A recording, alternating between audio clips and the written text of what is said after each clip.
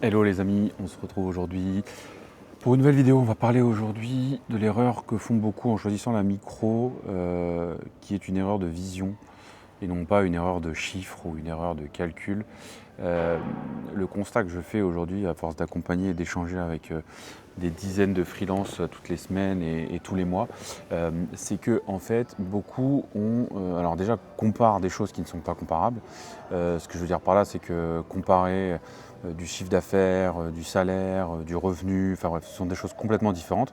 Donc c'est assez biaisé en fait de comparer par exemple le fonctionnement d'une micro-entreprise avec le fonctionnement d'une SAS ou d'une URL, parce que ce sont deux fonctionnements totalement différents.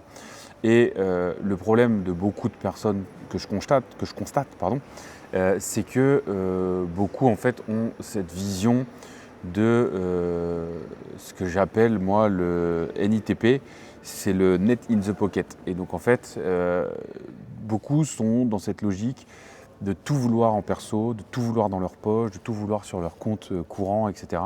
Sauf que c'est pas ce qu'il y a de plus intéressant en fait. Aujourd'hui en France, détenir les choses soi-même, détenir les choses directement, c'est le meilleur moyen d'être fiscalisé, de payer des cotisations sociales, de payer des charges, de payer de l'impôt. Et donc aujourd'hui, c'est pas du tout la bonne logique que de se dire moi, je veux tout sortir, et donc de comparer par exemple une micro-entreprise avec une SAS ou une URL où on sortirait tout en salaire, où on sortirait tout en dividende. C'est pas la bonne logique. Ce qu'il faut, c'est développer sa vision. Qu'est-ce que tu veux faire de cet argent? Parce que sortir cet argent pour, par exemple, faire de l'immobilier, ça n'a pas trop de sens. Parce qu'aujourd'hui, tu peux faire de l'immobilier en entreprise, via des SCI, via des choses comme ça, et donc te retrouver à avoir de l'argent qui a quasiment aucun coût fiscal, voire un coût fiscal très faible. Et donc ça, c'est une logique que peu de gens ont. Alors c'est un problème pour moi qui est global en France qui est issu d'un manque d'éducation financière.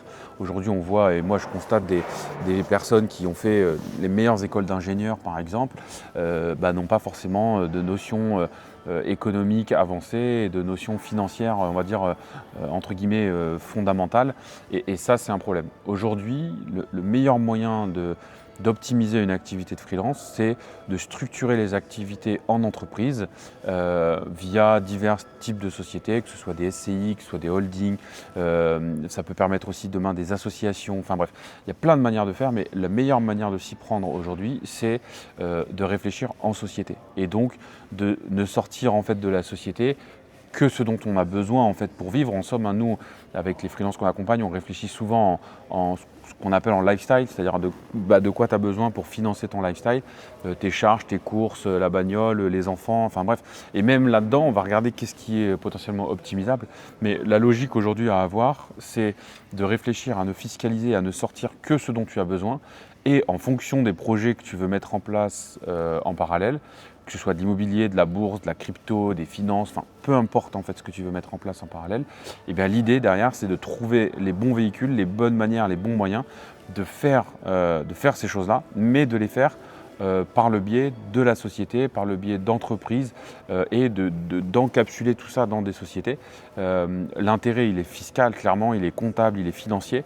In fine, ça reste de la détention à toi. Par contre, c'est ce qu'on va appeler de la détention indirecte, c'est-à-dire que tu es propriétaire de la holding ou de la SCI qui détient les actifs en question derrière, mais in fine, ça te permet d'encapsuler tout ça. Et des fois, on me dit oui, mais à un moment donné, il faut bien sortir l'argent pour profiter de tout ça. Totalement d'accord, mais l'intérêt c'est de sortir l'argent quand tu en as besoin et juste quand tu en as besoin. Aujourd'hui, si tu as besoin d'un extra pour tes vacances, pour un cadeau, pour changer de bagnole ou l'arrivée d'un enfant, peu importe la raison, eh bien à ce moment-là, quand tu as besoin d'un extra, tu sors ce dont tu as besoin et uniquement ce dont tu as besoin.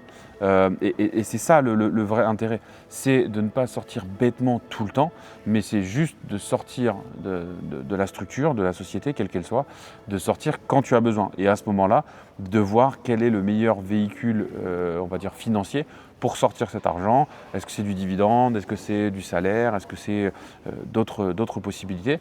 Mais en tout cas, se poser cette question de quelle est la meilleure manière de faire et en fonction de cette manière de faire et de ce pourquoi tu as besoin de cet argent, eh bien de le faire juste sur ce dont tu as besoin et de ne pas le faire sur la totalité ou la grande majorité de ce que tu génères.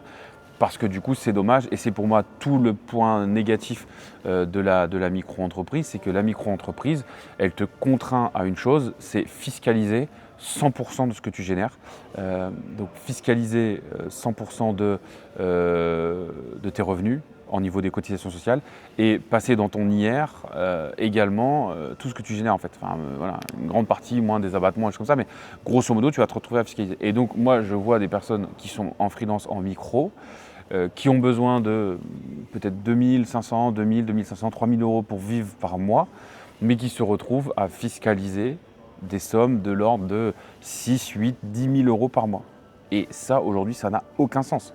Ça n'a aucun sens puisque rien qu'en économie de cotisation sociale, tu peux faire facile 10, 15 000 euros d'économie à l'année en cotisation sociale.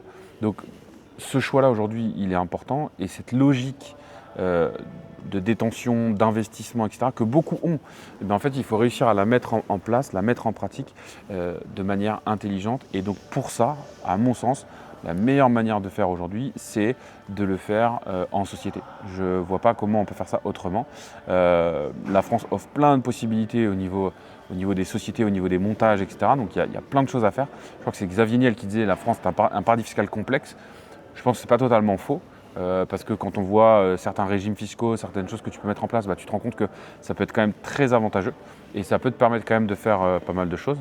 Donc voilà, à réfléchir pour chacun en fonction des cas de figure. Si tu te poses ce genre de questions, n'hésite pas à nous poser en commentaire tes questions pour qu'on puisse y répondre.